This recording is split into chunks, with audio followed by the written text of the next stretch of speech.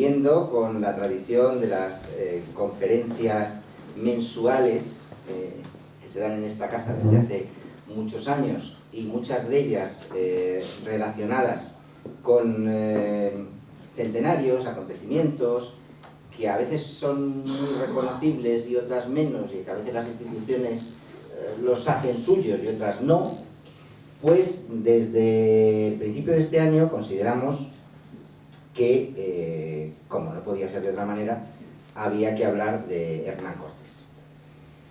Aunque fuéramos los únicos que habláramos de Hernán Cortés en España, pero bueno, teníamos que hacerlo. Y cuando estuvimos buscando a ver quién podía dar la conferencia relativa a Hernán Cortés, pues a través de amigos comunes y de conocimientos de lo ya publicado, pues invitamos a don Iván Vélez Cipriano a que nos diera la conferencia hoy. Y le invitamos pues porque es un apasionado y un gran investigador de este tema. Ha publicado en los últimos 10 años 6 libros relacionados con el tema, ¿no? La conquista de México, el mito de Cortés, sobre la leyenda negra. Y por tanto consideramos que era la persona que más estaba al día de todos estos temas y que podía no solo contar lo que todos sabemos de Cortés, sino lo último que hay, o un poco también desmontar algunas cosas que se dicen a este y al otro lado del Atlántico sobre determinados aspectos que hay que entender en el momento. Cuando los profesionales de la historia, como yo, digo profesional de la historia porque soy profesor de historia, no por otra cosa, sino profesional en ese aspecto, tratamos y explicamos la historia da igual a los chicos de 18 que a las personas mayores, lo primero que se les dice es: no tienen ustedes que ver los hechos que contamos desde su punto de vista, sino desde el punto de vista de las personas que lo realizaron en ese momento. Por tanto, no podemos hablar de feminismo, no podemos hablar de genocidio, no podemos hablar de esas cosas porque son cosas que no existían en ese momento. Hay que intentar explicar los hechos, por qué se produjeron, qué consecuencias tuvieron, pero no etiquetarlos desde nuestro punto de vista. Si esas cosas se hubieran realizado ahora, pues le podríamos poner las etiquetas que hubiéramos querido y llevarlos a donde quisiéramos. Pero eso no es la historia. No podemos transponer 300, 500, 800 años y decir que las cosas pasaron de esta manera con esta ideología. Y bueno, Hernán Cortés está en la polémica, pero está en la historia y es una figura que hay que reivindicar como una figura histórica de la historia de España y de América, y por eso consideramos que había que dar esta conferencia, y además también se hablará de él en la semana que viene, porque es que toca, es su año, entonces ahí estamos. Y ya sin más que decir, pues doy la palabra a don Iván Vélez, que seguro que nos deleitará con sus palabras. Muchas gracias. Bueno, pues lo primero, por supuesto, agradecer la invitación a esta casa que yo no conocía, sinceramente, y uno va conociendo según va envejeciendo pues diversas instituciones, y esta pues me parece que es de lo más interesante, porque además ya he aprendido un par de cosas. He tenido contacto con descendientes del Gran Capitán, familiar también de Cortés, por darle una pinza biográfica, y no sabía yo esto del escudo. En realidad es un escudo. Lo curioso, que no tiene simbología nada, lo que es un remache, ¿no? Bueno, pues es una cosa que no sabía y lo agradezco. Pido disculpas por el estado en el que me presento, porque tengo un catarro. Todos los catarros son inoportunos, pero en este caso pues quizá más, y entonces pues siento tener esta voz tremendamente nasal. Y bueno, pues por ir directamente al grano, Cortés y la leyenda negra, que es más o menos el título que se me sugirió, me parece que es muy pertinente porque hoy estamos en un acto que va a reivindicar a Cortés. Nosotros no entendemos a Cortés como esa especie de monstruo que han pintado. No se trata tampoco de presentarlo como una especie de Superman de su época, sino efectivamente de contextualizarlo. Pero sí que es cierto que actos relacionados con Hernán Cortés este año va a haber pocos, o los justos, por decirlo de algún modo. Entre otras cosas porque hasta el propio ministro, José Guirao, yo le hice alguna crítica que se me pidió y casi era exigida, fue el que dio un paso atrás ante la posibilidad de pues hacer alguna exposición o algún acto conmemorativo en México, que es una nación que surge, precisamente esas ya son tesis nuestras, de la transformación del virreinato, cuyos cimientos en gran medida... Por favor, hablen más cerca del micrófono. Sí, sí. Cuyos cimientos en gran medida pues ayudó a sacar o a fraguar el propio Cortés. Entonces, creo que la negativa o la espantada que da el gobierno a la hora de hacer algo en México y en lugar de conmemorar a Cortés, pues conmemorar a los exiliados de la posguerra, que no digo que no haya motivos para hacerlo, pues denota que la leyenda negra antiespañola está asumida sobre todo y lamentablemente por parte de los españoles y en gran medida por parte de algunas élites españolas pues que fascinadas por otros mitos pues caen en este error histórico y filosófico, porque la leyenda negra a mi juicio es un problema de filosofía de la historia. ¿Y qué hace a Cortés pues un personaje negro legendario? Y lo cual redunda en su desaparición de algunos fastos, ¿no? Pues Cortés, al ser el primer gran conquistador, el conquistador victorioso, y en su quinta carta relación, si mal no recuerdo, él mismo habla de que ya ha detectado que hay émulos de sí mismo, es decir, que él se ha convertido en un canon para otros españoles, entre otros algunos de sus compañeros inmediatos, de los que pasaron con él desde Cuba al continente. Pues Cortés, al ser el canon, es el que recibe todos los ropajes negrolegendarios clásicos. Cortés sería el hombre ávido de oro, el hombre cruel, el hombre pues sediento de oro, mujeres, esclavos, riqueza, y bueno, pues eso es lo que convertiría a Cortés en un personaje tremendamente polémico. Hay que decir que estas veladuras o estos ropajes los empieza a adquirir Cortés sobre todo, pues yo publiqué un libro anteriormente a este llamado El mito de Cortés, donde analizaba la evolución del personaje, no la biografía, sino la evolución a lo largo de los siglos del personaje, y es en el 19 cuando se produce la gran crisis de este personaje histórico, porque al escribirse las historias nacionales, pues en el caso mexicano lo que se hizo o se intentó, con éxito digamos en la realidad, pero me parece que con un gran error desde el punto de vista del historiográfico, pues intentar hacer un paréntesis del periodo virreinal novohispano y conectar el México del 19 con el México prehispánico, y por lo tanto quien sobra o quien habría abierto ese paréntesis es Cortés, y eso es lo que convierte a Cortés en un personaje complicado. Pero históricamente Cortés fue considerado un héroe pues, en España y en muchos otros sitios. Él se apoyó o él se miró en espejos previos, él se miró en los modelos de Alejandro, de Julio César, del propio Gran Capitán, y a su vez los que le sucedieron se miraron en Cortés. Hubo una especie de imitadores posteriores, porque ya digo que él acuñó ese canon. Entonces yo creo que la forma más directa y más eficaz, a mi juicio, de desmontar la leyenda negra anticortesiana es tratar de reconstruir su trayectoria que no acaba precisamente el 13 de agosto de 1521, porque hay que decir que en 1519 no hay tal conquista, no se conquista México.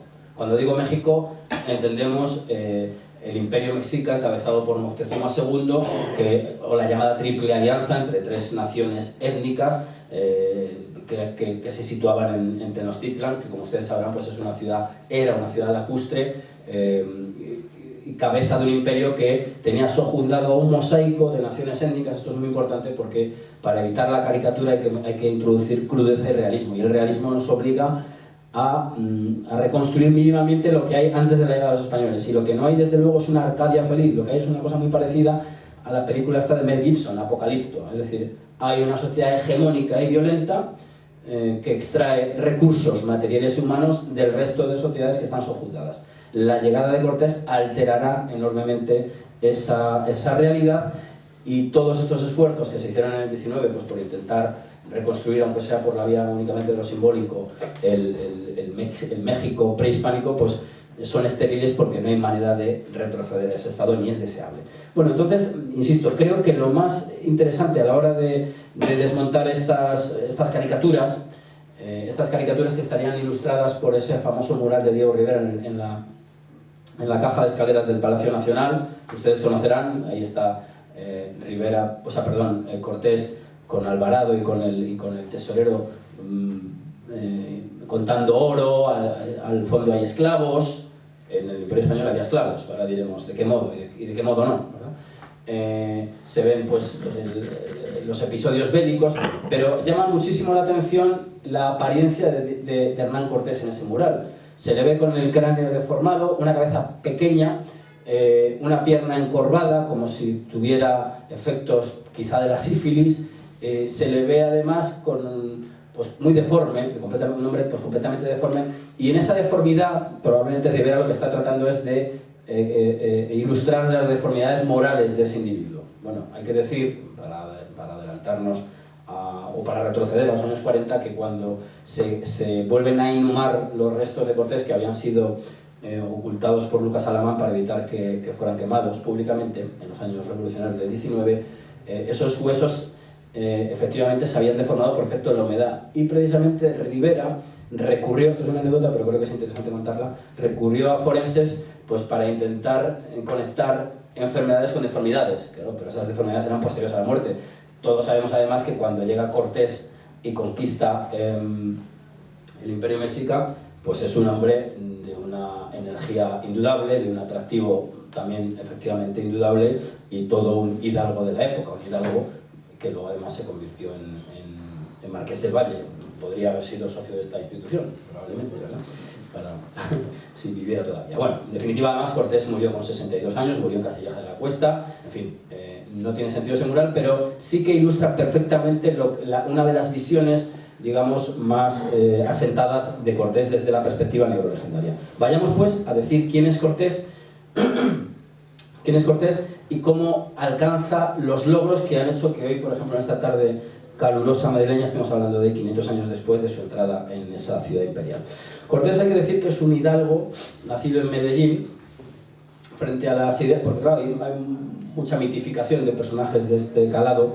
Hay una tentación enorme cuando los historiadores o algunos de ellos se acercan a los personajes históricos, y es intentar buscarle orígenes muy humildes y finales decadentes para darle esa aureola romántica, el héroe que siempre tiene necesariamente que caer y ser incomprendido por los hombres de su época. No es el caso. Yo creo que Cortés no es efectivamente un hombre riquísimo, pero los estudios de patrimonio familiar pues dan la idea pues de un hidalgo solvente, por llamarlo de alguna manera. Tenía un molino, tenía lo que tenía un hombre de su condición en aquella época, y lo que tenía también es y hay que decir que en cuanto a su muerte, pues él sí no tenía efectivo, por decirlo de algún modo, porque su riqueza estaba en la Nueva España, en el Valle de Oaxaca, pero lo que sí tenía es capacidad para adquirir, para comprometerse con créditos, porque podía avalarlos. Es decir, que tampoco murió en la pobreza, como también se puede pensar y como es deseable según ciertos cánones. Entonces, Cortés es un hidalgo y tiene una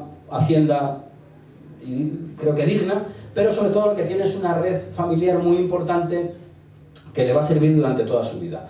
Cuando Cortés es un jovencito, es enviado a Salamanca. He de decir, o al menos yo no tengo constancia de ello, que no se ha encontrado ningún documento que vincule a Cortés directamente con la universidad, pero sí que estaba vinculado con el marido de su tía Inés de Paz, un señor de letras que es un escribano, un letrado, perdón, que le enseña los rudimentos suficientes, vamos a dejarlo ahí, como para que Cortés salga victorioso de la que yo entiendo que es su batalla más importante, y es aquella que se desencadena en los arenales de Veracruz. Es allí donde Cortés tiene que romper con Diego Velázquez, gobernador de Cuba, y vincularse con el emperador Carlos, o con el rey Carlos I. Y esa guerra no se hace con las armas, no se hace con la espada, sino que se hace con la pluma. Y he de decir que a mí me parece que aunque Cortés pues es, insisto, un hombre muy valiente, dio siempre la cara, estuvo siempre en el frente, peleó como el que más, creo que sus mayores victorias las obtuvo con la pluma y con la palabra. Creo que la dimensión diplomática de Cortés es algo en lo que hay que insistir constantemente, esa especie de intuición que le hacía conocer enseguida la estructura de los colectivos con los cuales fue trabando contacto, las fisuras que existían en ellos y cómo aprovecharlos y seducir de alguna manera a quien debía en cada momento. Bien, pues este Cortés se forma en Salamanca, se forma en esos ambientes, en los ambientes de su tío Francisco Núñez, y finalmente acaba embarcando muy joven, 19 años, quiero recordar, hacia el archipiélago, hacia el Caribe, hacia las Antillas, hacia la Española, que es donde estaban asentados los españoles, que ya habían hecho algún tipo de incursión al continente, que ya habían descubierto el Mar del Sur, y este ya es uno de los aspectos importantes a los que hay que abordar. Cortés, poco a poco, por sus habilidades y por sus habilidades con la pluma, puesto que él trabajó en una escribanía, en la escribanía de Azúa, creo recordar, él va trabando unas grandes redes de contactos en la isla, que además tienen la ventaja de que al ir vinculadas a la palabra escrita, él tiene conocimiento documental y de mucho detalle de la situación de cada uno de ellos. Uno de ellos, Andrés de Duero, será fundamental, uno de esas amistades, a la hora de poner en marcha lo que luego acabó siendo pues, la acción victoriosa de Cortés. Y me estoy refiriendo, naturalmente, a la expedición que va a armar o va a intentar organizar Diego Velázquez de Cuéllar, que era el gobernador de Cuba. La situación era la siguiente. Tenemos en la Española a los frailes jerónimos, que son la representación de la corona en aquellas tierras. Hay que entender que estamos en estos vaivenes entre Cisneros y el obispo de Burgos, Fonseca, y hay pues unos tira y afloja continuos, y la representación del poder político en aquellas islas corre a cargo de los jerónimos. Mientras tanto, en Cuba se ha hecho una conquista de la isla. Tenemos a Diego Velázquez de Cuéllar, que cuenta con una red muy importante también de contactos por la vía familiar, pero por la vía también territorial. Es muy interesante también el estudio de los conquistadores vinculados a sus comarcas, por decirlo de algún modo. Si uno estudia a la gente más cercana a Cortés, descubrirá que casi todos ellos son o bien parientes, que es la palabra más utilizada, o bien gente de los alrededores de Don Benito, Medellín, etc. Nada raro, desde luego, nada raro. También he de decir que Cortés, por vía materna, probablemente procedía de Salamanca, y eso explicaría la presencia de esa familiar allí y de su vinculación con esa tierra. Bien, pues en ese momento en el cual se adivinan una serie de riquezas en el continente, por las expediciones que ya ha habido, se va a desatar una verdadera carrera por llegar a él. Una carrera en lo territorial, es decir, quién cruza y quién se asienta en la tierra, pero también una carrera por obtener los permisos necesarios para hacerlo con ajuste a la legalidad. Todos sabemos que el Imperio Español tiene entre sus características más, a mí me parece más plausibles, las toneladas de papel que produjo. Es sorprendente cómo todo estaba regulado. Esta es una acción que en gran medida la inician los reyes católicos, esa burocratización, que lejos de ser algo criticable, me parece que es justo lo contrario. Esto es lo que nos permite verdaderamente neutralizar las caricaturas, y como digo, pues no hay soldado que no intente de algún modo pues dejar constancia de sus méritos, por supuesto para obtener alguna recompensa a cambio, son humanos al fin y al cabo, e incluso también, esto me ha llamado mucho la atención y he tratado de incorporarlo al libro, pues porque la idea de fama, la idea clásica de fama, está muy presente en aquellos hombres de hace medio siglo. Uno de ellos, me voy a adelantar un poco en la cronología, una vez terminada la conquista de Tenochtitlan, yo he querido dejar constancia de la iniciativa que toma Rodrigo de Rangel, un hidalgo enriquecido, es decir, sin necesidad de más bienes materiales, y ese señor lo que le pide a Cortés es el permiso para conquistar una provincia, es decir, emular en cierto modo la acción cortesiana, y como está ya muy mermado físicamente, pues en un momento dado flaquea, y Bernal del Castillo, que es quien le acompaña y quien da noticia de esta peripecia, es el que le echa en cara el hecho de flaquear. Él le dice, usted no puede ahora dar un paso atrás, porque su fama, digamos, le empuja, le obliga a seguir. Es decir, que la idea de trascendencia está muy presente en su dimensión religiosa, pero también en su dimensión histórica. Todos querían de algún modo dejar constancia de sus hechos de armas y de otros muchos. Bien, pues en esta línea documental tan importante contamos con, cada expedición, como sabrán, pues iba acompañada de una instrucción en la cual pues se plasmaban los objetivos y las limitaciones del viaje, iba acompañada también de gentes de religión, e iba acompañada de oficiales reales cuyo cometido era pues ver que se cumplían los objetivos de cada expedición y además recaudar el quinto real. El 20% de los beneficios era para la corona. Este es el sistema inicial que hubo en la conquista, a la cual siguió la llamada pacificación, que también es en la cual también Cortés pues, tuvo gran importancia. Bueno, pues en esta instrucción se dejan claros los objetivos. Es una instrucción muy fácilmente accesible, está publicada en un montón de sitios, en internet se puede consultar, y en ella pues aparecen varios motivos, digamos. Está, por supuesto, el motivo del rescate de oro y cómo se debe hacer, y está también una justificación muy importante de carácter religioso. Vamos a ver. Antes de la expedición de Hernán Cortés, ya Diego Velázquez había lanzado dos, una con Hernández de Córdoba y otra con Juan de Grijalva. Años 17 y 18. La de Cortés es el toca tierra el 21 de abril, si no me equivoco, de 1519. Pero claro, lleva una preparación previa. Hay un desajuste de fechas muy curioso y que denota la prisa con la que se conducía Diego Velázquez para intentar ser el primero que llegara a aquella tierra y se asentara. Y es que la primera, de Hernández de Córdoba, pues constituye un fracaso porque son atacados y Hernández de Córdoba muere muy poco después de volver a Cuba.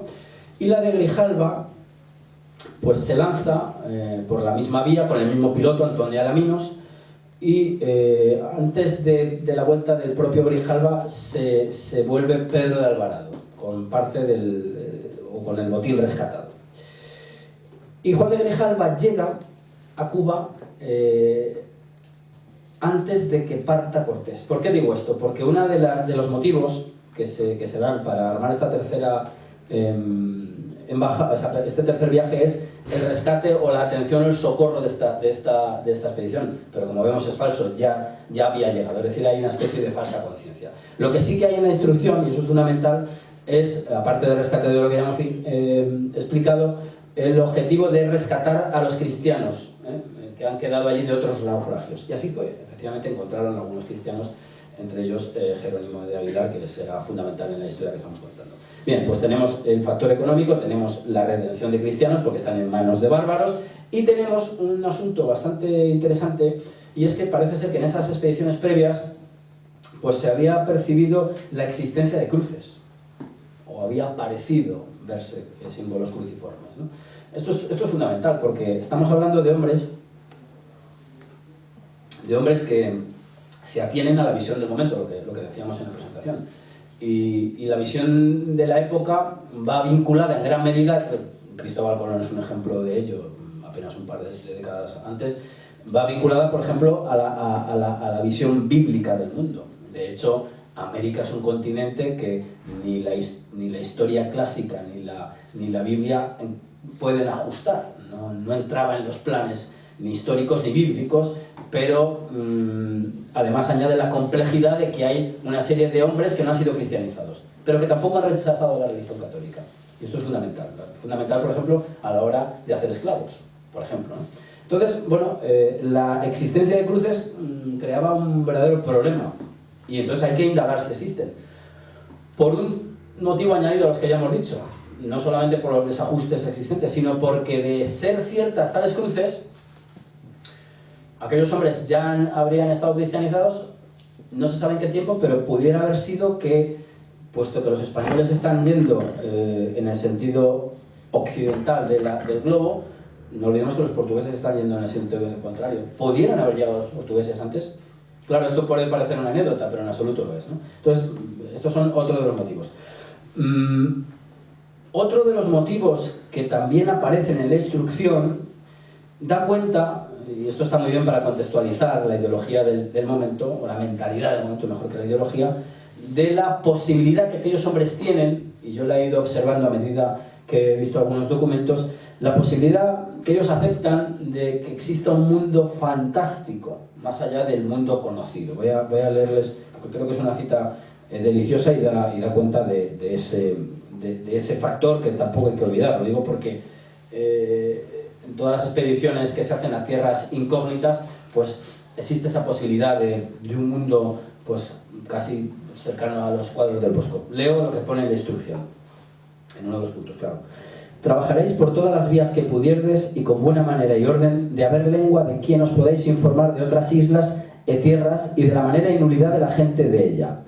Porque diz que hay gentes de orejas grandes y anchas y otras que tienen las caras como perros, y asimismo dónde y a qué parte están las amazonas que dicen estos indios que con vos lleváis que están cerca de allí. Es decir, existe esa posibilidad. Y esto no es nada baladí, porque si reparamos en la toponimia que utiliza incluso Cortés décadas más tarde, Cortés es el que da el nombre a California. Y California es bueno, pues es un nombre procedente de un libro de caballería, Las Sergas de Esplandián. Y para mayor abundamiento en el factor fantástico, no hay que olvidar que Bernal Díaz del Castillo, cuando habla de las primeras visiones que tiene de Tenochtitlan, esa ciudad muy superior en número de habitantes a cualquier otra de Europa, dice: queríamos estar viendo cosas de Amadís. Es decir, que este es otro factor que hay que añadir, y que lo añado precisamente para neutralizar la visión negro-legendaria de aquellos hombres, porque ¿qué necesidad tiene un señor que solo quiere oro de conocer las Amazonas? No tiene ninguna. Es decir, esta es la mentalidad de la época y hay que tenerla en cuenta. Y habrán ustedes escuchado la idea de isla, o la palabra isla en este fragmento. Bueno, pues es importante decirlo porque, y este es un tema muy prolijo, yo he tratado de hacerlo lo más claro posible en el capítulo dedicado a ello, pero casi requiere de apuntes. Cuando parte Cortés de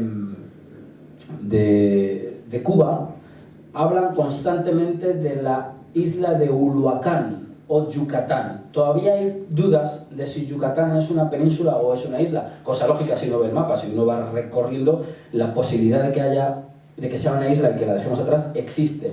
¿Y qué significa que sea una isla Yucatán? Pues esto es fundamental. Este año se está conmemorando el aniversario del inicio de la expedición de Magallanes, que lo que está buscando es esa ruta hispana contraria a la portuguesa y atenida al Tratado de Tordesillas. Bien, pues si, esto es fundamental, si desde Cuba la tierra que tenemos delante es una isla, ello permite ir al Mar del Sur. Y al fondo del Mar del Sur está lo que buscaba Colón. Es decir, está China, está Japón, está la especiería. Es decir, que en aquellos momentos, al margen de otro aspecto legal que no vamos a entrar ahora mismo en él, Cortés lo que está planteando es la posibilidad de ir a China. De hecho, en cartas posteriores, Cortés le propone al rey conquistar China, en lo que es ya un error de cálculo, porque no dispone Cortés de la información suficiente de China como para pretender semejante empresa. No hubieran sido capaces. Y esto nos da una idea muy bonita, que yo creo que hay que tener todos muy en cuenta. Nosotros admitimos perfectamente y manejamos sin ningún tipo de complejos la idea de imperio. Además, imperios, hablo de la escuela de Oviedo, de Gustavo Bueno, de la cual me reclamo discípulo. Entendemos que el imperio español es un imperio generador por la capacidad que tiene, valga la redundancia, de generar sociedades civilizadas, como así ha ocurrido. Entonces, en los despliegues imperiales siempre lo que se busca es el recubrimiento de toda la realidad, pero como todos sabemos por la experiencia histórica, nunca se ha logrado. Alejandro es detenido por el rey Poros, por la fuerza bélica del rey Poros y la masiva cantidad de soldados que tiene en la India. Es detenido también en las montañas de Kuristán. Es decir, encuentra sus límites. Bueno, pues los españoles encuentran sus límites, por ejemplo, en Norteamérica en dos puntos, y en los cuales está Cortés. Por el norte, cuando las praderas pues son inmensas y ya no hay forma, no hay españoles suficientes, y esto es muy interesante de entender, y ello a pesar de que ya se ha integrado estoy adelantándome como unos 30 años a los hechos que estamos ahora hablando, ello a pesar de que se han integrado en los ejércitos españoles a caciques y a soldados nativos, pero las fuerzas se agotan ahí. También se agotan al sur, donde en las selvas. Es decir, las fuerzas son las que son de toda la sociedad política, y la española no es una excepción. Incluso en las empresas de China, entre ellas la de Cortés, pues también se muestran estériles por agotamiento, ¿no? Y bueno, pues estos, digamos, serían los tres frentes donde el imperio llega a sus límites naturales. Y esto, pues, da la dimensión humana de toda acción política. Eso quería decirlo. Bueno, pues, en definitiva, Cortés no descartaba, y no descartó porque la expedición a las Higueras, episodio posterior a la conquista de México, poco conocido, pero muy interesante, ahí lo que se está buscando también es ese paso. Lo que se está buscando es un canal de Panamá natural que en realidad no existía, pero que podía existir, ¿verdad? Incluso, pues como bien sabido, los pasos hacia el Mar del Sur, es decir, hacia el Pacífico, se intentaron por varias vías. Y claro, la vía más fácil, la que hubiera sido más recta, aquí además, en esta obra exterior que me acaban de regalar, pues fíjense la diferencia que hay entre hacer así o hacer así. Claro, eso hubiera sido una maravilla, pero no existía tal canal. Bueno, pues en ese contexto, lo que hace Cortés es... también hay que huir de la idea de una sociedad española completamente armónica. Había, pues, como en todo tipo de sociedades, pues, facciones que ya hemos dicho que unidas por motivos económicos, por motivos familiares, por motivos territoriales. En Cuba lo que hay es una facción descontenta. Hay una facción velazquista, la gente que está ligada por diferentes motivos a Diego Velázquez, y una facción desafecta, en la cual está formada fundamentalmente por todos aquellos que han estado en estas dos expediciones previas que ya hemos comentado, Hernández de Córdoba y Grijalva, que han visto que los réditos de las mismas han ido a parar al proyecto individualista de Diego Velázquez. Claro, Cortés, que como hemos dicho es un hombre perspicaz y astuto y bien relacionado, percibe estas tensiones internas. Y digamos que su acción se apoyará en el grupo de descontentos, vamos a llamarlo, no vamos a llamarlos indignados, ¿verdad? Pero sí descontentos, ¿no? Y entonces él juega con una idea fundamental. Está prohibido poblar. Está prohibido poblar en esas costas. Solo se puede rescatar, es decir, cambiar, trocar. Y es cierto que en la documentación, en la instrucción, no aparece la palabra poblar. Pero lo que parece ser que ocurrió es que en los pregones que se hicieron por la isla de Cuba para reclutar gente que se embarcara en ello, en esta expedición, sí se dijo de poblar. Claro, es una medida muy astuta, porque la palabra, yo que soy de pueblo además y que he pregonado en mi infancia, de hecho, un pregón se ve de fruta en la plaza, ¿verdad? No deja registro documental, pero la gente lo oye. Y entonces parece ser que él usó esta argucia de pregonar que se iba a poblar. Y entonces, claro, al reclamo de poblar, aquellos que no tenían haciendas poderosas en Cuba vieron que era su oportunidad. Bien, vamos a ir todo lo rápido posible porque esto es un verdadero embrollo y podríamos estar aquí pues 3 horas, porque es un tema muy apasionante, pero bueno, que hay que sintetizar de algún modo. Bueno, pues en definitiva, con Cortés se embarcan en una expedición financiada en grandísima medida por él, y que él se ocupa de dejarlo constar en el permiso que se pide a los jerónimos. Es decir, en el permiso que se pide a los jerónimos, Cortés aparece ya como capitán de la Armada y como accionista mayor. Lo digo porque luego a la hora de reclamar por parte de Diego Velázquez, pues esto obrará en su contra. Bien, con estas dos facciones se parte de Cuba. Hay, además, en algunas historias, en Cervantes de Salazar y en otros, pues estas pasiones, que es la palabra que utilizan, las pasiones que hubo entre Cortés y Diego Velázquez, pues de si te dejo pasar, si te dejo salir, si no te dejo salir, la Marcaida, la famosa primera mujer, en fin, eso lo vamos a obviar porque nos interesa la acción más política del asunto. Bien, pues en este contexto es cuando se parte de Cuba. Y se parte con esas instrucciones: redimir de cristianos, ver las cruces, rescatar oro, etc., ¿no? La primera escala se va a hacer en la isla de Cozumel. Y allí ocurre ahí digamos que se da cumplimiento a las instrucciones. ¿Por qué? Porque sí que y esto es bueno, lo dice Cervantes de Salazar, no vamos a meterle la plana, parece ser que Cortés escribió en un papel para avisar que estaban allí cristianos, para que los que estuvieran allí se unieran a ellos, para rescatarlos.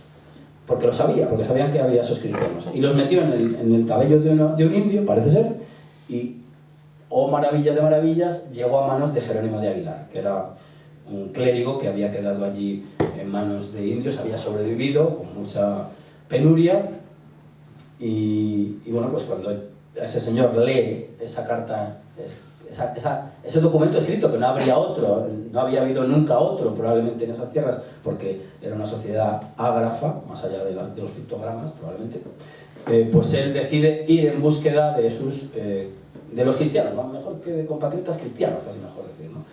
Hay otro señor en la isla que es Gonzalo Guerrero, que ya se había casado con una india que era ya una especie de cacique, que murió, por cierto, combatiendo a los españoles años después.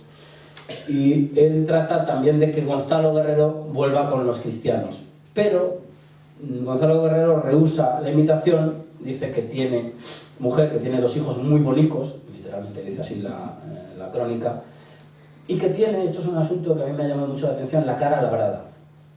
Es decir, que tendría pues las cicatrices de aquella tribu, ¿no?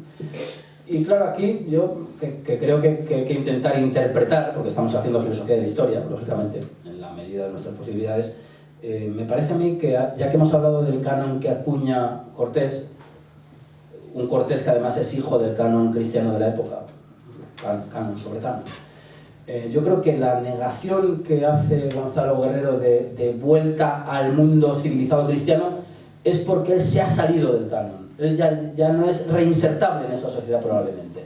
Por eso quizá hable de lo de la cara labrada. No es una cuestión puramente cosmética, sino de que él ha entrado ya pues, en un mundo de idolatría, es decir, se ha salido completamente del orden cristiano al cual pertenecían los castellanos, los españoles en definitiva, ¿verdad?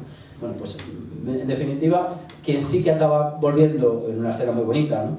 Diciendo Sevilla, Virgen María, en fin, todas estas palabras, digamos, fetiche del momento, es Jerónimo de Aguilar, que será una figura importante porque Jerónimo de Aguilar, que sabe hablar español, sabe hablar maya.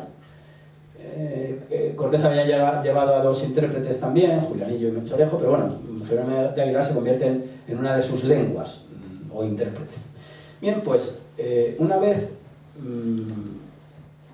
se ha estado en Cozumel, se ha redimido a cristianos, no se han hallado esas cruces, se ha rescatado el oro que hubiere. Si nos damos cuenta, Cortés ha cumplido con las instrucciones y sigue adelante. Sigue adelante por las mismas rutas, con el mismo piloto que había navegado anteriormente Grijalva y Hernández de Córdoba. Y van buscando un fondeadero. Hay que decir que ya en las instrucciones hay noticias de un monte blanco, es decir, que de algún modo había ya una noción de que más allá de la costa había una cordillera.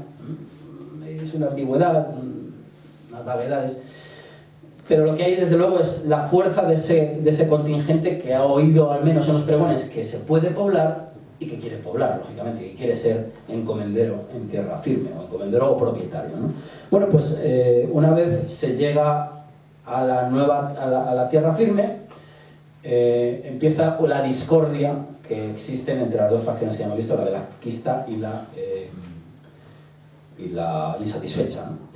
Y es ahí donde empieza a construirse el Cortés que acabará conquistando Tenochtitlan y el Imperio Mexica. ¿Por qué? Porque enseguida tiene las primeras escaramuzas con los totonacas, en los cuales vence, lógicamente, vence sobre todo pues, por sus capacidades tácticas, más que por su número. Hay que pensar que estamos hablando de 500 y pico españoles, las cifras oscilan, pero bueno, un contingente muy pequeñito, 16 caballos, algunas piezas de artillería, pero lo que gana, sin duda, aparte de que no gana el número sino el ánimo, como decía Cortés, bueno, lo que gana es más bien las nociones estratégicas que tienen a la hora de combatir contra unos guerreros que lo hacen en bloques compactos. Con Cortés iba gente que había estado en las guerras de Italia, iba digamos, la élite militar del momento, ¿no? Había gente que había estado con el Gran Capitán, por cierto, ahora que me acuerdo, ¿no? Y en definitiva, en las primeras escaramuzas aparece el elemento providencialista lógico también de la mentalidad de la época. Aparece en Centla un caballo blanco, según se dice en las crónicas, y que Bernal con su socarronería dice pero yo no lo pude ver porque yo soy muy pecador, como dicen, yo no me merecía esa visión. Bueno, pero en esos primeros compases del asentamiento español, lo que aparece es uno de los mayores tesoros que tuvo Hernán Cortés. Tras esas victorias, lo que se le entregan es un conjunto de 20 indígenas, esclavas. Hay que decir que las sociedades prehispánicas eran fuertemente esclavistas. La española también lo era, ¿eh? En Sevilla, en las gradas de la Catedral de Sevilla, se vendían esclavos negros o musulmanes. La justificación es de carácter religioso, ¿eh? Esto es fundamental decirlo. Y cuando acabe, me adelanto, doy otro salto, cuando acabe la conquista, perdón, en plena conquista, en plena ofensiva final hacia Tenochtitlan, Cortés y los españoles hacen esclavos y los hierran. Les ponen aquí una letra con un hierro candente, la letra G. La letra G es la inicial de una palabra justificatoria de la esclavitud de quien ha renegado de la religión cristiana. Guerra. G de guerra. Son prisioneros de guerra que guerrean precisamente desde posiciones idolátricas. Y por eso sí que se hacen esclavos en ese otro contexto, pero no inicialmente. Es decir, las esclavas que recibe Hernán Cortés son, por decirlo de algún modo, legales. Son legalmente esclavas. Es decir, hay una sociedad que nos traspasa esta propiedad. Es una caricatura que estoy haciendo, pero bueno, para que se nos entienda. Pero es que entre esas esclavas está Malinchín, la Malinche, Doña Marina.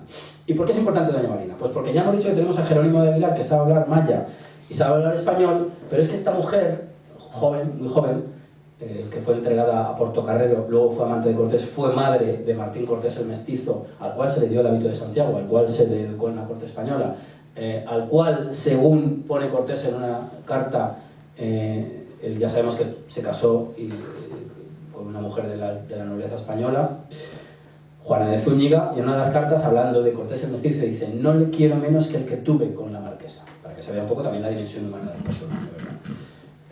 Bueno, pues esa mujer, Doña Marina,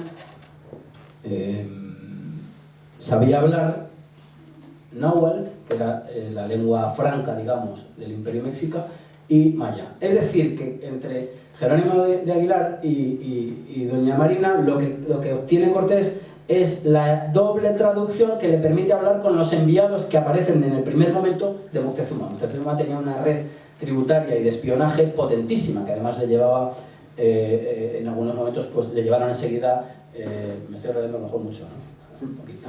Bueno, es que son temas que vamos, acabaremos conquistando México, ya os lo garantizo.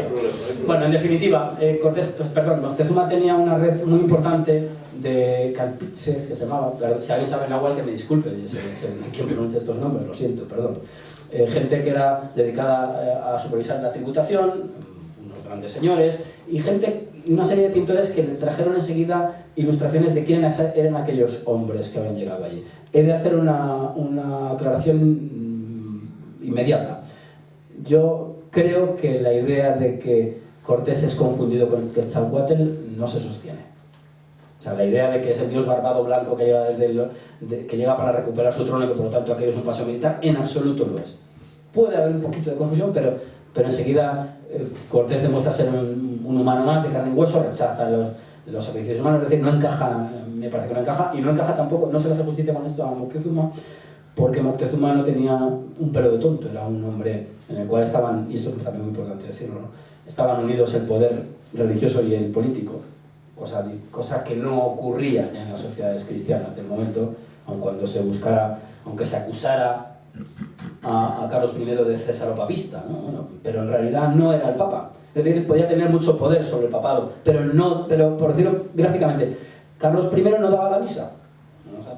Mientras Moctezuma sí estaba en las ceremonias de sacrificio de los templos. Es decir, en Moctezuma convergen esos dos poderes, pero no en Carlos I. Y este tipo de circunstancias son muy importantes para entender luego la caída de ese imperio que dominaba todas aquellas otras sociedades.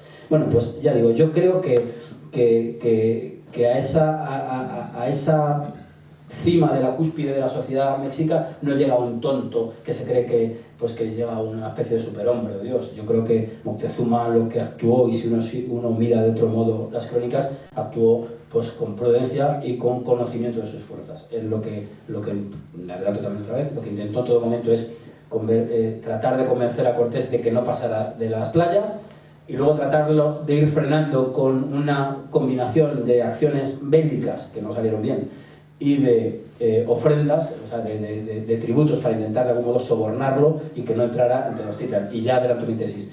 Y la entrada fastuosa el 8 de noviembre de 1519, que debería celebrarse, por cierto, Cortés la hace, bueno, pues recibido como un gran señor. A mi juicio, lo que está haciendo ahí Moctezuma es dejarle que entre, y como no ha podido vencerle fuera, en tierra abierta, intentar aniquilarlo dentro de esa ciudad que, como bien saben, estaba conectada con unas calzadas con puentes granizos y podía ser, como dijo Bernal, red y garlito los españoles, es decir, una trampa. Además, el propio Bernal dice que cuando entraban, a pesar de la emoción que les causó la entrada en Tenochtitlan, dice que sentían miedo y dice que hombres, más o menos de memoria, no me lo sé, más o menos dice algo así, ¿qué hombres hubo que tal atrevimiento tuviesen? Claro, y el atrevimiento es porque saben que se enfrentan a la posibilidad de ser masacrados. Bueno, pues esa es mi visión de Moctezuma. Y bueno, pues los emisarios que le envían le van probando de algún modo, van indagando al respecto de quién es, de a quién sirve, y desde luego no me parece que la idea de que estén fascinados por la vuelta de Quetzalcóatl sea la que explique todo ello. Eso es un comentario al margen. Sigamos con la cronología de los hechos. Bien, pues como hemos dicho, en esas playas lo que es la facción descontenta le exige a Cortés poblar, es decir, fundar un cabildo. Y así es, se funda un cabildo. Y se funda un cabildo con las mismas instituciones que se hubieran formado pues, en mi cuenca natal, por ejemplo, ¿no? Lo mismo. Yo más de una vez he comparado el cabildo de Veracruz con el primer ayuntamiento que parece ser que en España fue en Brañosera. Pues Veracruz sería una especie de nueva Brañosera, dentro de lo que luego se fue Nueva España, porque además las instituciones son las mismas. De hecho, antes que se ha hablado de escudos, en cuanto se funda la Ciudad de México ya plenamente cristiana y Tlaxcala y todas estas ciudades, enseguida piden a la corte escudo de armas, inmediatamente, claro, es una exigencia, y piden incluso maceros. Y lo dicen pedimos maceros como en Castilla, ¿no? Es que son las instituciones de la época. Entonces, en esos arenales, que debemos entender que lo primero que hay son unas chozas, se empiezan a cavar unos cimientos, se coloca una picota, es decir, se incorporan todas las instituciones del momento ya ensayadas durante la Reconquista. Uno de los modelos clásicos de la ciudad hispanoamericana es la Santa Fe de los Reyes Católicos. Es una ciudad hecha a soga y cordel, con unos referentes clásicos que nos remitirían a Hipódamo de Mileto, en fin, bueno, pues este tipo de arquitectura y de urbanismo del momento, ¿no? Claro, pero no todos están dispuestos a fundar un cabildo para el cual no hay permiso.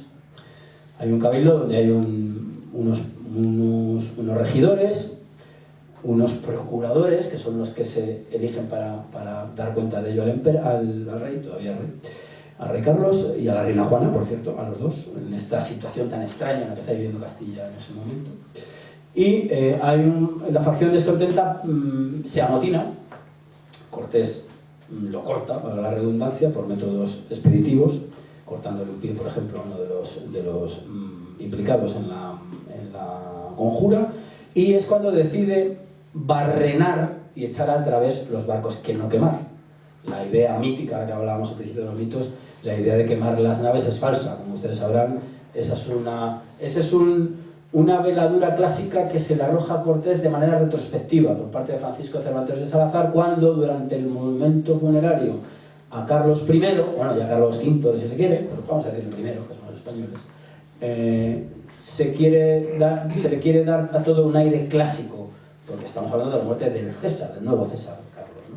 Y entonces es cuando a Cortés solo estudié en el otro libro, se le compara con el griego Agatocles, que parece ser que sí que había quemado las naves, y quema de naves había habido en otros episodios, ¿no? Pero lo que ocurre en Veracruz no es un quemado de naves, por más que la idea popular pues así lo sostenga, sino que lo que hace Cortés es inutilizarlas, dejar dos. En una de ellas van los procuradores con toda la documentación en la cual hay una petición de los vecinos, ya se utiliza la categoría vecino, a un cabildo. En tal precariedad son los mismos, en 500 personas se ha montado un cabildo, y hay unos vecinos que le piden a sus representantes que hablen con el rey. ¿Con qué motivo? Pues para cortar amarras con el gobernador de Cuba, precisamente con Diego Velázquez, por su particularismo, voy a leer rápidamente algunos de los motivos que se les ponen, ¿no?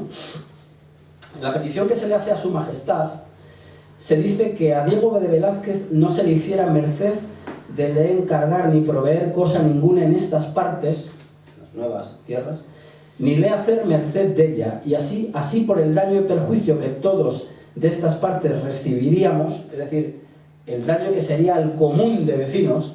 El común de vecinos todavía existe en algunos sitios de España, que todos de estas partes recibiríamos, como es notorio, habiendo dejado de rescatar, es decir, de intercambiar, y de hacer lo que el dicho Velázquez quería, es decir, habiendo cumplido porque ya no hay más que hacer, estoy más o menos explicando, y habiendo poblado en nombre de su majestad señalado justicia y para su real corona ofrecida la tierra, es decir, esta tierra no es propiedad de los vecinos, sino que es parte de Castilla, es la Nueva España, de que el dicho Velázquez tendrá harto cuidado y trabajará de dañar en todo lo que pudiera a los que en ello entendieran. Es decir, los objetivos de Cortés son sobre todo dañar a ese colectivo que está vinculado directamente al rey. Es decir, Cortés, claro, es un enemigo de la corona, así lo quieren presentar. Si él viniese a estas partes, ninguna persona quedaría, es decir, se despoblaría, a quien no dañase, echase a perder como personas que no quisieran hacer lo que él quisiera, sino lo que a servicio de sus altezas como sus vasallos debían hacer. Es decir, aquí lo que se plantea es que ese colectivo es leal al rey, y la llegada de Cortés lo que haría es destruir esa célula, digamos, hispana en el Nuevo Mundo. Bueno, pues ahí es donde se produce ya, se funda el primer ayuntamiento, por decirlo claramente, en tierra novohispana. Ahí enseguida lo que se está produciendo es el análisis por parte de Cortés, pues de todas aquellas sociedades con las que se va encontrando, con ese mosaico de sociedades. Insisto, no es una Arcadia feliz, no es un mundo homogéneo, sino todo lo contrario, es un mundo lleno de fracturas que va a utilizar Cortés. ¿De qué modo? Pues estableciendo alianzas. ¿Con qué modelo clásico? Pues con el modelo de la Reconquista. En la Reconquista se establecieron muchas alianzas con los reyezuelos, los famosos reinos de taifas. Incluso pues figuras como la del Cid pues estarían emparentadas con esta tradición, ¿no? Bien, pues el primer aliado reconocible es el cacique gordo de Zempoala, con el cual pues se empiezan a dialogar a través de este doble método que hemos dicho de traducción. Y el cacique gordo, gordo claro, porque estaba gordo, es decir, es muy el temblón, me parece que le llaman también, porque le temblaban las carnes y no se podía ni desplazar por lo pesado que estaba. Y es él el que le indica y le da una información esencial. Le dice que debe ir a Tlaxcala. ¿Tlaxcala qué es? Tlaxcala es una especie de pequeño estado sojuzgado por los mexicas y con el cual guerreaban de manera ritual, pero no tan ritual. Es decir, lo que había era una especie de lucha constante entre mexicas y tlaxcaltecas, pero de momento, salvo algún pequeño revés que parece ser que hubo, quienes seguían una teoría de hegemonía eran los mexicas. ¿Qué extraían los mexicas de los tlaxcaltecas? Pues extraían recursos materiales y extraían vidas humanas para ser sacrificadas en el altar del dios tutelar de los mexicas, el dios de la guerra, llevaba un arco, Huitzilopochtli. En las crónicas los españoles tuvieron el gusto de llamarle Huitzilobos para facilitar la pronunciación. Bueno, pues ya saben la ceremonia cuál era. Se sube al desdichado, se le agarra por parte de 4 sacerdotes, dos de los brazos, 2 de los pies, se le clava un puñal de sílex en el tórax y se extrae el corazón y se echa en un brasero, luego se descuartiza el cadáver y se arroja por las escaleras, salvo algunas partes muy importantes para gente muy distinguida, ¿no? Esto horrorizó a los españoles hasta tal punto que de nuevo es Bernal quien mejor lo ilustra. Cuando después de la noche triste algunos españoles son sacrificados, él dice en una escena muy conmovedora, cuando habla de que los españoles dice, vimos como nuestros compañeros los aserraban por los pechos y sacaban sus corazones que bullían, es decir, que latían todavía. Es una imagen verdaderamente sobrecogedora. Bien, pues los tlaxcaltecas proveían de este tipo de de material al templo, material humano, pero además eran una especie de, algunos eran aficionados al boxeo, imagino, de sparring de los mexicanos. Eran pues unas fuerzas con las cuales se entrenaba el belicoso pueblo mexica. Hasta el punto que cuando a Moctezuma se le tiene preso, le llegan a preguntar, bueno, ¿y usted, gran señor? Porque acá a Moctezuma siempre se le trata como un gran señor. Otra cuestión que es muy importante subrayar. Los españoles mantienen digamos, se ven en la estructura mexica, es decir, el que es señor y se le trata como tal frente al que es vasallo. Es decir, a Moctezuma no se le trata igual que a los vasallos de Moctezuma, se le trata en relación a su condición, como es lógico y normal en aquella época. Eso es un gran señor. Y de hecho, además, el linaje de Moctezuma existe. Uno de ellos fundó la Guardia Civil, para más abundamiento, ¿no? Bueno, pues la pregunta que se le hace a Moctezuma en su antecesor Tiberio es, bueno, ¿y cómo es que usted no acabó con la nación tlaxcalteca? Y la respuesta de Moctezuma es que, de algún modo, los tlaxcaltecas le servían para entrenar sus tropas. Esa era una de las justificaciones para mantenerlos oprimidos, pero no aniquilados. Bueno, vamos a ir avanzando en la conquista. Entonces Cortés se dirige por consejo del cacique Gordo a Tlaxcala. Y en Tlaxcala se producen una serie de escaramuzas. Tlaxcala tenía 3 grupos sociales, los tlaxcaltecas propiamente dicho, y sobre todo los otomíes. Hay otro que no me acuerdo, que eran una especie de individuos ya en estado de verdadero salvajismo, no me acuerdo ahora mismo de la palabra exacta. Y lo que se produce son una especie de, bueno, una serie de escaramuzas con Xicotencatl el joven, hijo de uno de los caciques, Xicotencatl el viejo, un hombre que ya estaba ciego al parecer, y el impulsivo joven trató de acabar con aquellos visitantes y tenía toda la razón para hacerlo. ¿Por qué? Porque resulta que con aquellos barbudos venían soldados, o guerreros mejor dicho, zempoaltecas.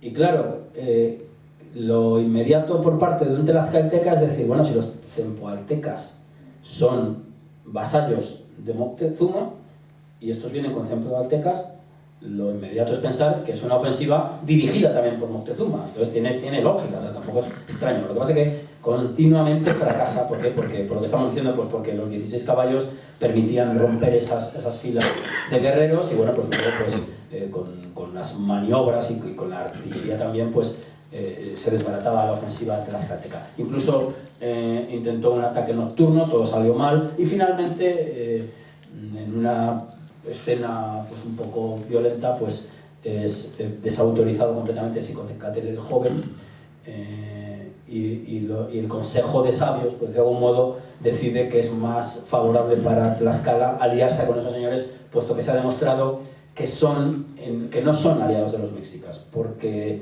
bueno, por motivos que en el libro, que si no acabaremos nunca. Y es donde se establece la gran alianza hispana. Es decir, Cortés tiene este número de soldados que hemos dicho, irá creciendo porque desde las Antillas siguen llegando expediciones que hábilmente Cortés incorpora a su hueste. Estoy pensando en las de Francisco de Garay, por ejemplo. Claro, porque aquellos españoles, muchos de ellos en busca de fortuna, ven que la fortuna puede caer si estás al lado de Cortés y se va engrosando esa cifra de españoles. Pero lo que sí que es cierto es que la fuerza bélica y numérica se la da Tlaxcala a Cortés. Bueno, y una vez están en Tlaxcala, él sigue con su propósito de entrar a Tenochtitlan. La siguiente escala es Cholula. Le aconsejan que vaya a Cholula, o lo atraen hacia Cholula. Cholula es una ciudad sagrada, un centro ceremonial de peregrinación, y era también, esta sí que era aliada de Tenochtitlan. Entonces, cuando llegan los españoles a Cholula, con los tlaxcaltecas ya incorporados, empiezan a haber unos signos muy inquietantes. Empiezan a ver que las mujeres y los niños han sido evacuados, que hay zanjas en las calles, zanjas con estacas para, como dice Bernal, mancar los caballos, es decir, para que los caballos se se hirieran e inutilizarlos, y que hay un ejército en los aledaños mexica. Es muy astuto Moctezuma porque nunca llega a entrar en combate con los españoles. Siempre deja que sean otros los que se enfrentan. Y entonces Cortés, ante estas situaciones tan inquietantes, hay también una explicación romántica, y es que en uno de los paseos por la ciudad, doña Marina es llamada por una anciana que le dice que quiere casarla con su hija porque los españoles van a ser aniquilados. No sé si será cierto, bueno, pueden ser complementarias, pero las inquietantes señales que percibe Cortés hacen que él concentre a la nobleza cholulteca en los patios del templo, de los templos de la ciudad, y es allí donde hace un baño de sangre. Un baño de sangre que aquí ya habría un componente o material para la leyenda negra que hace que Bartolomé de las Casas dijera que Cortés fue un nuevo Herodes. Claro, en la visión beatífica de las Casas, que considera que aquellos son pues, unos mansos corderos, como dijo en la brevísima, que es un error garrafal porque se demuestra que luego cuando se le dejó a Bartolomé de las Casas poner en práctica sus proyectos de cristianización, pues se demostró que de mansos corderos nada, sino todo lo contrario, más bien lobos. Los lobos crudelísimos fueron aquellos indígenas de Verapaz que se comieron literalmente a los misioneros españoles. Bueno, eso es un apunte que sirve para darle otra pincelada y para conectarlo con la leyenda negra. Bien, hay que decir que lo que está claro es que esta masacre que se hace, este golpe preventivo, que Cortés lo explica así como tal, día antes de ser golpeado o algo así más o menos dice, produce una gran conmoción en la capital. Y está claro que ahí Moctezuma, yo estoy convencido, se desengaña y tiene claro, valga la redundancia, de que tiene o frenarlo con ofrendas, como lo intentó, con tesoros, colocarse como vasallo, como tributario del rey español, o dejarle entrar, que es lo que finalmente se hace. Bueno, pues sigue la expedición, cruzan entre los volcanes, desde el Popocatépetl se ve por primera vez la Ciudad de México, que fascina a los españoles, y finalmente el 8 de noviembre, estoy dando más rapidez al asunto, entran de manera fastuosa en la ciudad lacustre de Tenochtitlan. Hay que imaginar pues, cómo por esa calzada avanzan los españoles en buen orden. Cortés siempre insiste en el buen orden, es decir, en una marcha que ofrezca todos los atributos de lo que son la caballería y la infantería, es decir, una disposición muy clara en son de guerra, pero también con el simbolismo de quién es quién ocupa qué puesto en cada momento, ¿no? Y lo mismo ocurre con Moctezuma. Moctezuma aparece después de varios señores, Cuauhtémoc entre ellos, creo recordar, y aparece al fondo de la calzada pues casi como una especie de paso de Semana Santa. Era una especie de semidios, no se le podía mirar a la cara, no podía tocar la tierra, en fin, bueno, esas cortes. Era un hombre extraordinariamente ceremonioso, como los mexicas en general, que es una forma también de establecer distancias con el populacho, si se quiere. Y finalmente entran los españoles en Moctezuma, en Tenochtitlan. Entran y son aposentados en el palacio de Axayacatl. Pero ahí, como en las crónicas, lo complicado de estas crónicas es que los tiempos no siempre se ajustan, ¿no? Pero bueno, ahí parece ser que se conoce la noticia de que los españoles que han quedado en la Villa Rica de Veracruz, Escalante y algunos hombres enfermos y mayores que quedaron allí, bueno, y también porque era ya una población española, han sido atacados. Es decir, que Moctezuma, el ingenuo Moctezuma, que no es tal, ha atacado la retaguardia de los españoles. Es decir, encaja perfectamente con la idea de que lo que está haciendo es una trampa. Se mete todo el ejército en esta ciudad que puede ser una trampa y se les corta la retirada de su conexión con Cuba. Esa es mi interpretación.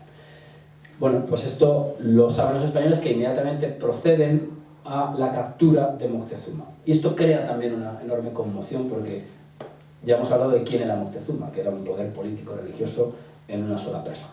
Bueno, durante 6 meses aproximadamente hay una vida cortesana muy llamativa, casi muy teatral, ¿no? Pues Moctezuma es un preso, un cautivo, una especie de escudo humano que protege a los españoles, pero claro, él se mueve, juega a diversos juegos como de mesa con los españoles, hace sus apuestas, van de caza, va a ver a unas amigas que tiene por allí, imagínense cuáles, Y ocurre algo muy curioso, y es que Cortés manda que se hagan, esto es un tema poco conocido yo creo, que manda que se construyan 2 bergantines dentro de la laguna. Son los bergantines que Bernal dice que fascinan tanto a Moctezuma porque se da cuenta que son mucho más veloces que las canoas y tal.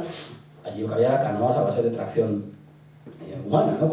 con remo. Claro, y esto tiene velas, entonces pues hacen una especie de exhibición. Claro, la primera lectura quizá ingenua que uno puede hacer es, pues esto lo hacen los españoles como para impresionar al emperador. Pero no. Esos 2 bergantines para lo que sirven es para poder salir de la ciudad, prescindiendo de las calzadas que, como saben, tienen puentes levadizos y pueden quedar inutilizadas. Es decir, Cortés en todo momento toma sus cautelas y sabe que tiene que disponer de posibilidades de huir de un sitio muy peligroso como es esa ciudad. Bien. Bueno, pues mientras tanto, Diego Velázquez no se ha quedado quieto, ha obtenido el cargo de adelantado y envía a Pánfilo de Narváez a neutralizar al que considera rebelde, Hernán Cortés. Cortés ya sabemos que había mandado los tesoros y las cartas donde al emperador, ya emperador, pues se le dice que son sus leales vasallos y que bueno, pues aquella es una tierra que debe incorporarse a la corona. Sí, pero Pánfilo de Narváez llega con 1000 y pico españoles, con una fuerza muy superior a la cortesiana, y esas noticias llegan a la capital. Hay un asunto anecdótico, pero no me resisto a omitirlo, a no contarlo, perdón.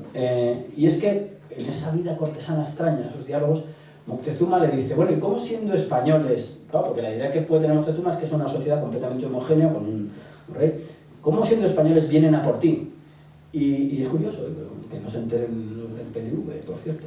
Y le dice, es que Pánfilo de Narváez es vizcaíno, habla otra lengua, es decir, como diciendo, ay, es de otra facción. Es una cosa muy rara, la verdad que me llamó la atención y es digna de volver a ella. Pero bueno, en definitiva, Cortés de algún modo disimula, él le dice, pues igual que a ti te pasa con los tlaxcaltecas, porque hay pequeña diferencia, pero somos todos uno, ¿no? Cortés lo que hace es salir de la ciudad, y va reuniendo con él a todos aquellos capitanes que había ido mandando, porque Cortés evidentemente en esos 6 meses no se está quieto, ya está indagando al respecto de las minas que pudieran existir, y entonces él reúne a todos sus capitanes, Gonzalo de Sandoval, que es una figura muy destacada en la conquista, un segundo Cortés que pudo haber sido si no hubiera muerto en su regreso a España en 1527, creo recordar, y se dirige hacia la costa. Mientras tanto, es curioso, para que se vea el carácter institucional del Imperio Español, Pánfilo de Narváez está haciendo casi lo mismo de Cortés. Está llegando a alianzas con esos pueblos, está intentando, atenerse a la metodología hispana. Bien, pero es más astuto Cortés. Y Cortés lo que hace es enviar emisarios a la zona de... enviar a un clérigo, que va, el padre Olmedo. El factor religioso, que es fundamental. El religioso se puede mover en todos los ambientes. Esto es una cosa verdaderamente interesante, ¿no? Y es el que va, de algún modo, alimentándolo con oro, claro está, pues agitando las fisuras internas de esa hueste de Pánfilo de Narváez. Que hay que decir que probablemente eran hombres menos decididos que los que iban con Cortés. Son hombres que han ido en otra segunda oleada, que se quiere darle un toque sociológico a estos 2 colectivos. Son gente probablemente con menos arrojo que los que van con Cortés. Bueno, y son gente que busca también pues, el enriquecimiento y el ascenso social. Algunos son sobornados, incluso Cortés lo que hace es, como era un hombre muy astuto, teatralizar aquellas entrevistas. Manda a uno de sus capitanes con una gran cadena de oro llamada La Fanfarrona. Y entonces, bueno, pues aquellos hombres lo que están viendo es que esos que dicen ser rebeldes vienen muy bien vestidos, son ricos, han alcanzado lo que ellos buscan, y claro, se desmorona la cohesión interna de ese colectivo que viene con Narváez. Durante una noche se acomete el Real de Narváez en el forcejeo. Hay que decir una cosa muy interesante, es que como el alcalde de Veracruz en ese momento es Gonzalo de Sandoval, en una muestra de rigor leguleyo, si se quiere, Cortés le dice a don Gonzalo, es usted quien debe detenerlo, le compete a usted. Y al final es cierto que lo acaban haciendo prisionero a Narváez. Le costó un ojo, por cierto, en la refriega perdió un ojo, y después, ya con la cosa más calmada, ya una vez cautivo, le dijo don Pánfilo, tenga usted mucho lo que ha hecho hoy aquí, como diciendo, vencerme a mí. Y Cortés le dijo algo así, dice, de las cosas que he hecho en esta Nueva España, esta acaso sea una de las que menor mérito tenga. Bueno, pues cosas de españoles de la época, ¿verdad? Bien, pero mientras esto está ocurriendo en la costa, en la ciudad, la nobleza mexica quiere celebrar la fiesta del Toscatl, una fiesta en la cual se sacrificaba a un joven que había estado todo el año pues entre algodones, digamos, ¿no? Y una fiesta en la cual concurría toda la nobleza, con armas, en fin, con una gran ceremonia. Esto es un tema muy polémico, quizás sea el tema más polémico de la conquista de México, de este contexto, ¿no? ¿Por qué? Pues porque, volviendo al tema de la emulación, Pedro de Alvarado hace lo mismo que hizo Cortés en Cholula, pero se discute si está justificado o no. O sea, Alvarado lo que hace es acabar con la nobleza mexica. Vamos a decirlo, vamos a intentar analizarlo. ¿Lo hacen por quedarse con el oro, como algunos groseramente han afirmado? Yo creo que no. No, ellos ya tienen el poder, no necesitan hacerlo. Yo creo que Alvarado lo que hace es eso, intentar hacer una especie de Cholula II que no sale tan bien, quizá porque la escala de la ciudad es muy superior.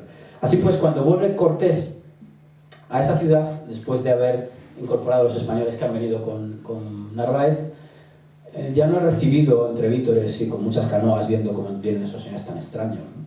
Sino que entra en una ciudad en silencio y entra en un palacio que está completamente asediado y que han hundido algunas paredes y que han intentado prender fuego, ¿no? Es decir, todo ha cambiado radicalmente. Y el último recurso es tratar de que Moctezuma apacigüe a sus vasallos. Pero claro, Moctezuma ha perdido poder en sus 6 meses, ¿no? Moctezuma sube a la azotea, muy bien sabido, y es considerado una especie de traidor y lo matan, al parecer, sus propios vasallos de una pedrada, ¿no? También hay quien dice que se dejó morir, bueno, o entra en una depresión, no se sabe, pero lo cierto es que Moctezuma muere. Y entonces los españoles deciden que tienen que huir, hay que decirlo claramente. Y es lo que ocurre en la Noche Triste, ¿eh? Entonces, en la Noche Triste, lo que se hace es construir un puente portátil para, en esas cortaduras de la calzada, en los pasos que hay para que puedan ir las canoas, colocarlo, que pase la tropa, avanzar, colocarlo, que pase la tropa y bueno, salir de la ciudad de noche. Pero como ustedes saben, pues son descubiertos y se produce una gran masacre esa noche. Esa noche muere Diego Velázquez de León, por ejemplo, que era familiar de Diego Velázquez de Cuéllar, y mueren esos sacrificados que hemos dicho del corazón que bullía, y los españoles quedan desamparados y sin pólvora. Ojo, se ha mojado la pólvora también, y pierden gran parte del oro. Dicen que los que más murieron fueron los que venían con Pánfilo Narváez, que se lastraron con el oro, porque Cortés dijo, coged lo que queráis, y el propio oro hizo de lastre y los hundió en la laguna y fueron masacrados en el Templo Mayor. Bien, en la huida, que se hizo además por una ruta desconocida, por la parte norte del lago, hay que saber que Cortés la entrada la había hecho siempre por el sur. Pues guiados por las caltecas, se produce otro momento trascendental, que es la famosa batalla de Otumba.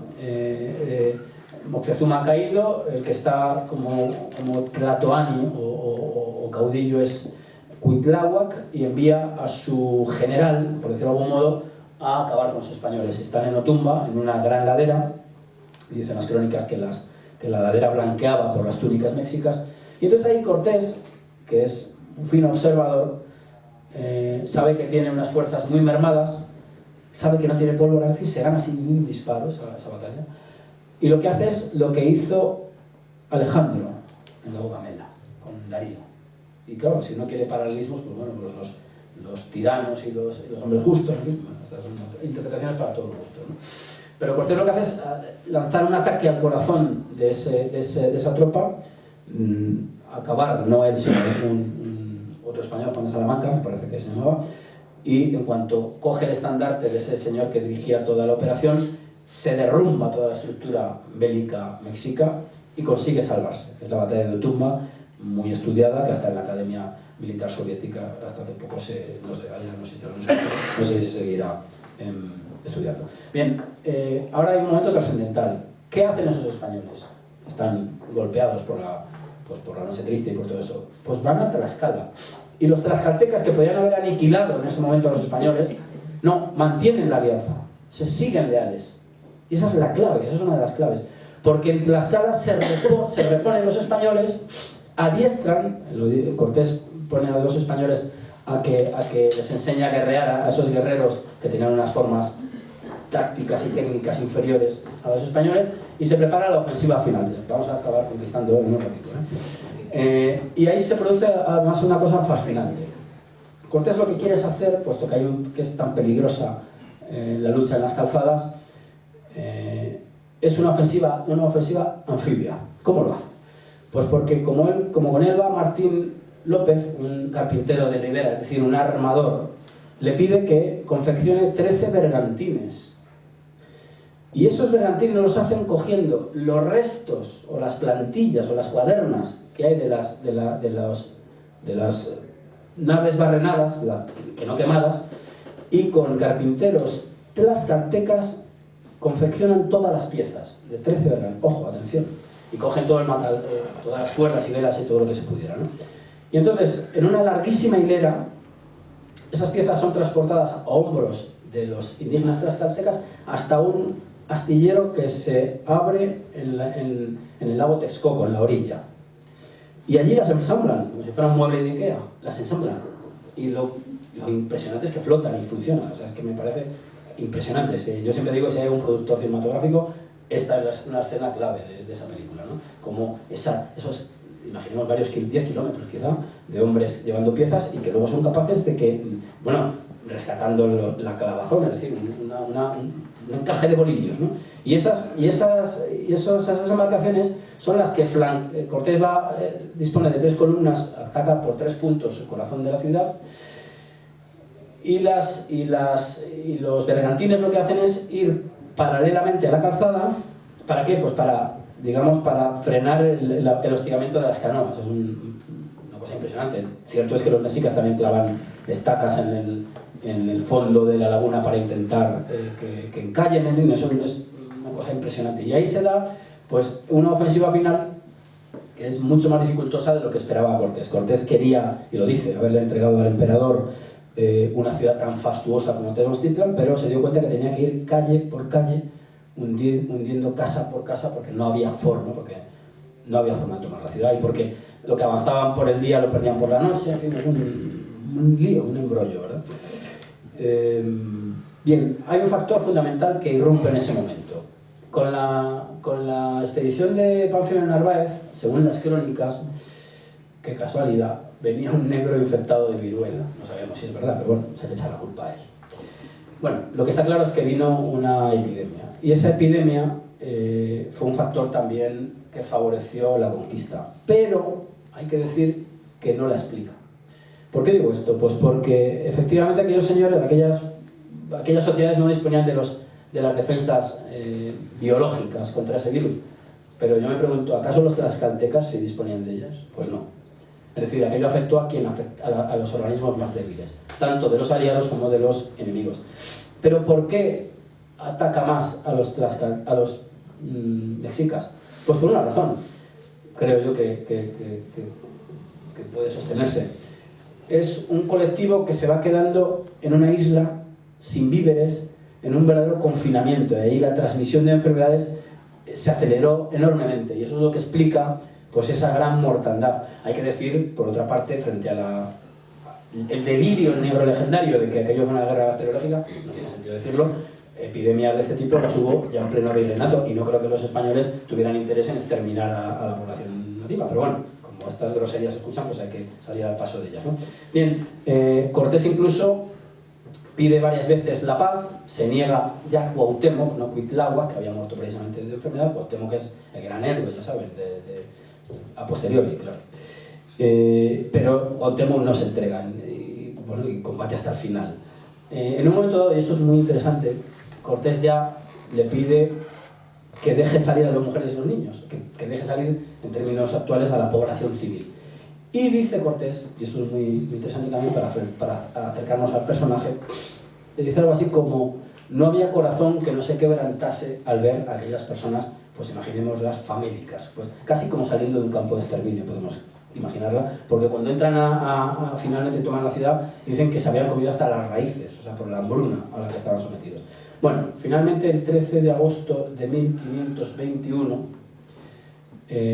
Cuauhtémoc se introduce en una canoa y trata de huir, así lo dicen las crónicas, y es capturado. Ese día cae Tenochtitlan.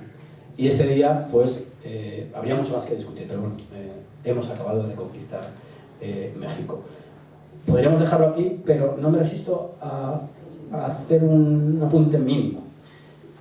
Claro, todo lo que hemos hablado aquí hoy nos da cuenta de un hombre astuto, un gran diplomático por su capacidad para establecer alianzas, un estratega, claro, algunos le han criticado, pero él ganó, es decir, que no necesitó de más, ¿no? Algún purista de la táctica, ¿no? Y entonces tenemos a un militar y a un diplomático. Bien, después de la conquista llega lo que además en la documentación se insistió en calificar como pacificación, es decir, la imposición de un orden político, religioso, social, ¿no? Y es ahí donde Cortés vuelve a destacar. ¿Por qué?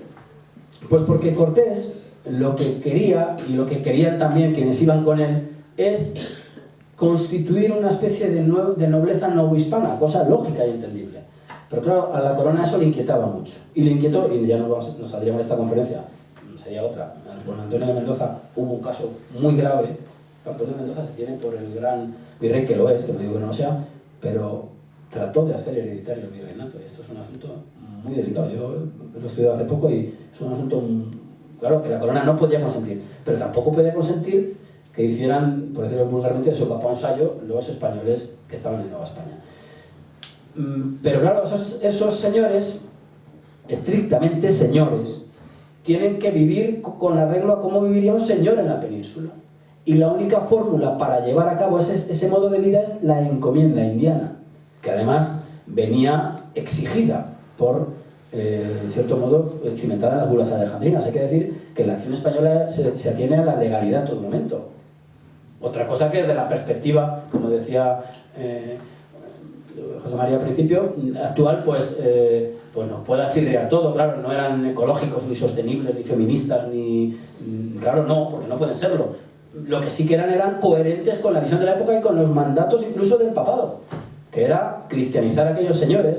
Y bueno, y por otra parte, pues la acción de Cortés es la que en gran medida ofrece el material de campo a Juan Ginés de Sepúlveda para establecer los límites de la acción hispana en América. La controversia de Valladolid, eso es otro cantar. Bueno, rápidamente.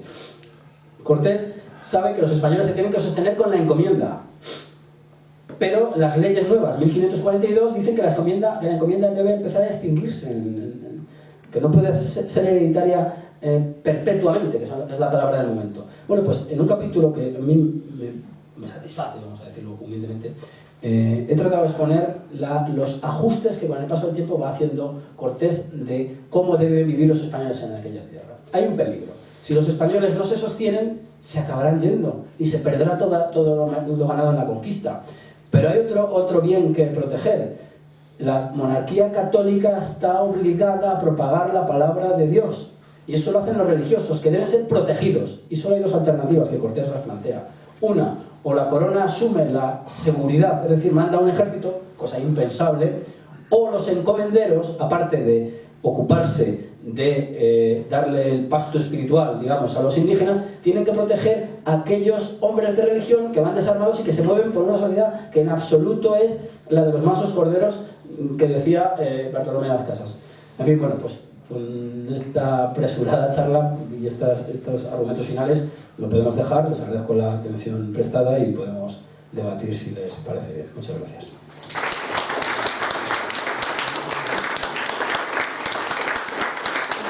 Muy bien, pues muchas gracias por esta interesante conferencia que nos ha tenido a todos realmente ensimismados, ¿no?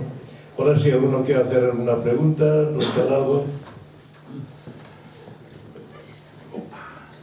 Hola, buenas tardes a todos. Me llamo Enrique Fernández de Córdoba. Tengo un curioso paralelismo con Iván, al que felicito por el gran dominio que nos ha demostrado sobre el tema.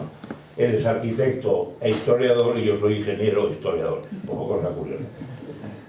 Hace 50 años empecé a viajar intensamente por Hispanoamérica y me ocurrió una cosa muy curiosa en Bogotá. El policía que había controlando los pasaportes era de claros indígena, claramente, indio, le doy el pasaporte, lo mira, me mira a mí y me dice, ¿usted es español? Y digo, sí. Y dice, ¿usted no sabe dónde está España? Pues no. Y dice, España está en el corazón de todo indio bien nacido. Es cual, no pongo ni quito una coma. Caramba, aquello me impresionó. Y entonces, después he cruzado el charco, como decíamos entonces, 60 y tantas veces, me he recorrido todo el continente varias veces, y de cada país compré libros de historiadores, biografías, novelas, de autores de allá. Y entonces he escrito un libro con las notas de los dichos historiadores, mexicanos, peruanos, colombianos, ecuatorianos, argentinos, en el que digo la leyenda negra revocada, refutada por historiadores hispanoamericanos. O sea, ¿qué va a decir usted español? No, perdón, eso lo dice un chileno, no, eso lo dice un argentino. Bueno, pues ahí el que se nos ha costado siempre, llegaron una serie de barbudos sedientos de sangre que con la superioridad de sus armas mataron a todos los hombres, violaron a todas las mujeres y se trajeron todo el oro. Bueno, pues yo digo ahí que la conquista fue básica primero, que todo lo que se hizo allí fueron los antepasados de los hispanoamericanos de hoy, ante todo y sobre todo, no los nuestros, los otros de allá. Segundo, que la guerra de la conquista fue básicamente una guerra civil entre indios, fomentada por escasísimos españoles, como ha contado muy bien Iván, que la violación, que la mujer india fue uno de los principalísimos apoyos de la conquista.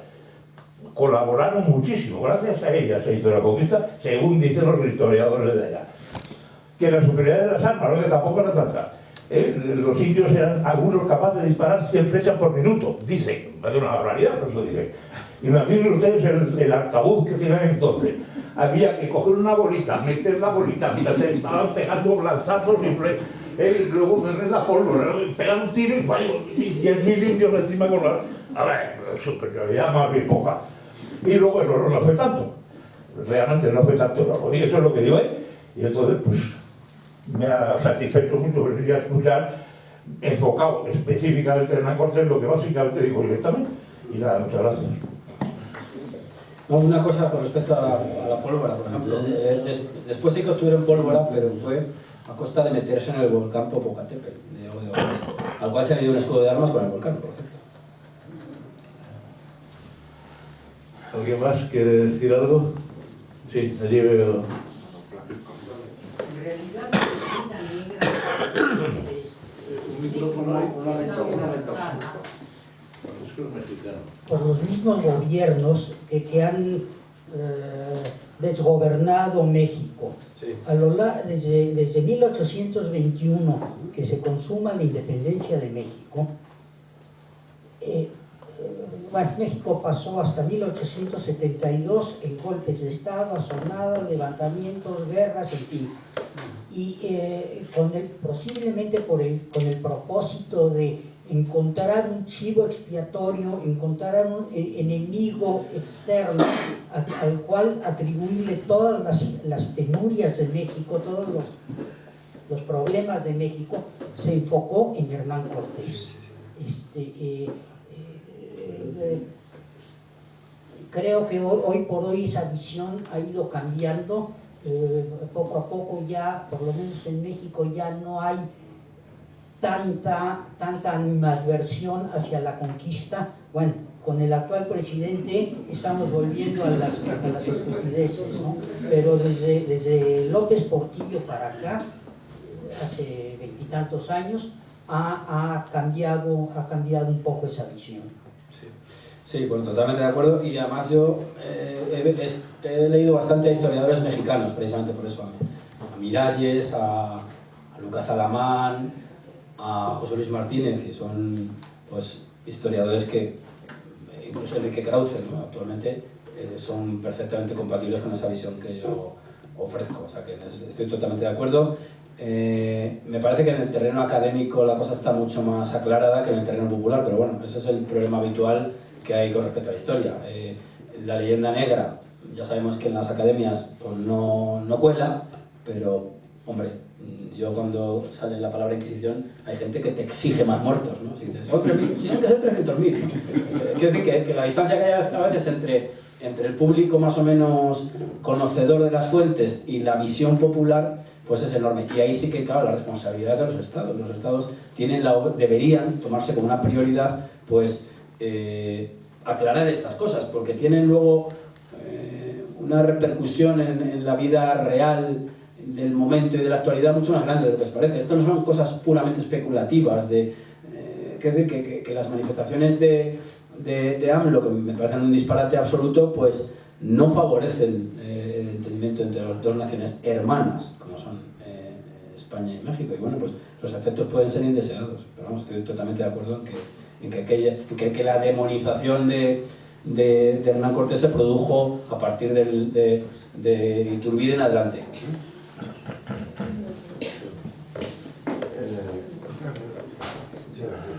Muchas gracias. Soy Felipe de la Morena, embajador de España. Ante todo, enhorabuena, porque me parece interesantísimo y la forma, no solo la descripción de lo sucedido, sino también las diversas calidades y cualidades de Cortés, que es, creo, una de las facetas más desconocidas y más importantes de esta figura histórica. Me interesaría, haría una pregunta muy concreta. La relación de fuerzas cuando hay enfrentamientos en los diversos enfrentamientos que se van produciendo en unas ocasiones o en otras, que ha estado describiendo tan brillantemente, ¿cuál sería? Para los españoles primeros que llegan allí, pues son unos 400, 500, una cosa así. ¿A qué fuerzas se están enfrentando? Esta sería algo que me interesa.